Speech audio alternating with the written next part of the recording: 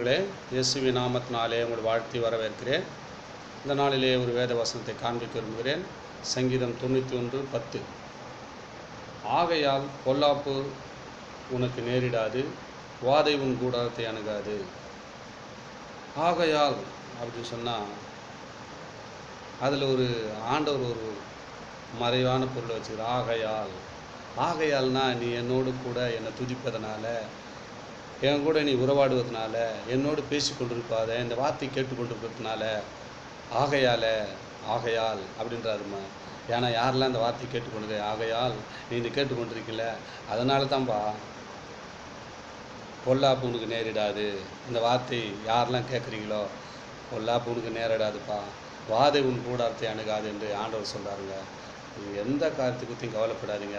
ஏன்னா இந்த வார்த்தையில் வல்லமை உண்டு, இந்த வார்த்தையில் ஜீவன் உண்டு. அந்த ஜீவனுள்ள வார்த்தை மூலிமா ஆண்டவர் உங்களோடு பேசுகிறாருங்க.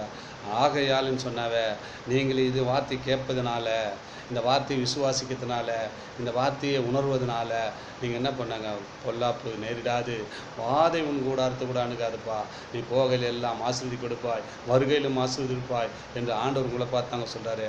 பயப்படாதீங்க, வாதை உன் கூடாரத்தை அணுகாது, பொல்லாப்பு உனக்கு நேரிடாது, நான் உன்னோடு கூர்ந்து ஆஸ்வதிக்க போகிறேன்னு.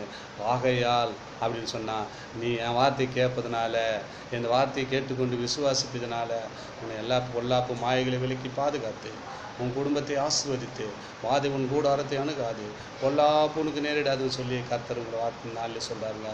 பயப்படாதீங்க, கர்த்தர் ஆசீர்வதித்து இன்னும் பலிக்கு பிறகு உதவி செய்வாராக. ஆமேன். God bless you.